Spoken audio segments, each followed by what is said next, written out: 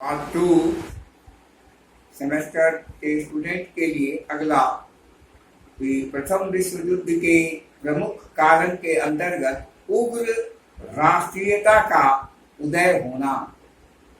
उग्र राष्ट्रीयता का से तात्पर्य यह है कि राष्ट्रीयता की भावना इतनी उग्र थी कि अपने देश को सर्वोपरि बनाने की दिशा में आगे बढ़ाना और अधिक से अधिक विश्व युद्ध में अपना कंट्रीब्यूशन को बरकरार रखना। और यह भी उग्र राष्ट्रीयता के अंतर्गत इसका प्रमुख कारण बना।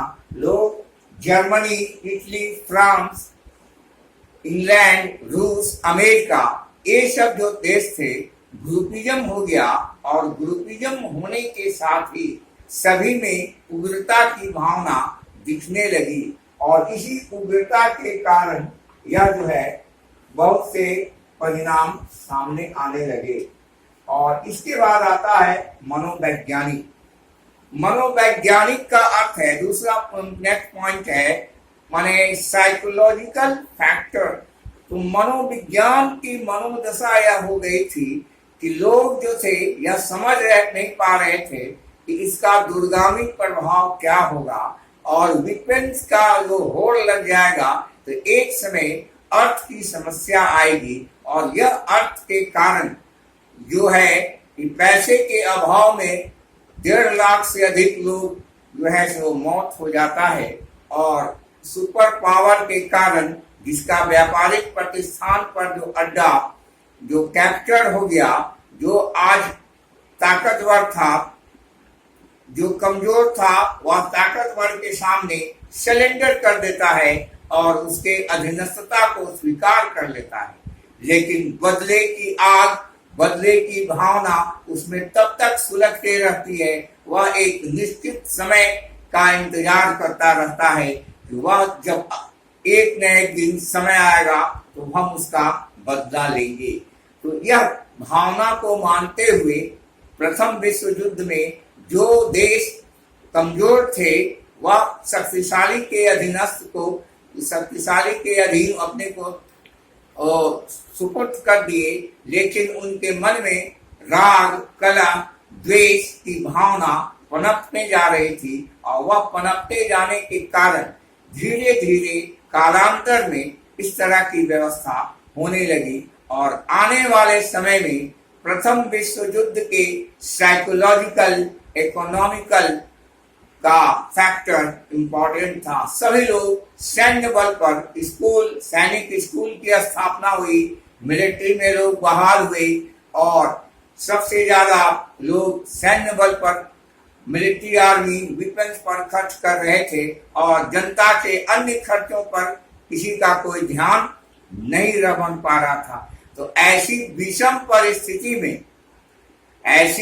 परिस्थिति में विश्व युद्ध जब एक कल कारखाने पूर्ण रूप से बंद हो गया और लोग एक दूसरे देश के कल कारखानों पर अधिकार हो गया और नए मशीनरी का आगमन हो गया, तो मजदूर और मध्यम वर्ग के बीच में खाई आने लगी और वह खाई एक न एक दिन एक विशालता का रूप धारण करने लगा। और मजदूर जब बेकार पड़ने लगे तो वह लेनिन, स्टालिन, अन्य राजनीतिक दार्शनिकों के विचारों को लेता हुआ वह उन सिद्धांतों पर तख्ता पलटने की भावना से काम करने लगा।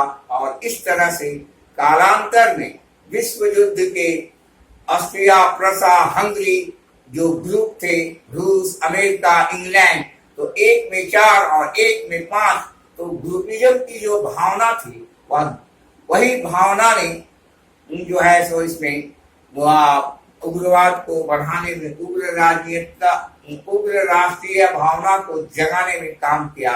लोग जो थे अपने देश की मान प्रतिष्ठा और अपने अधिक से अधिक सर्वशक्तिमान बनने की जो होड़ थी, इसमें सारा खजाना लुटाया जा रहा था और राजा जो था वह प्रजा के खिलाफ एक शब्द सुनने को तैयार नहीं था।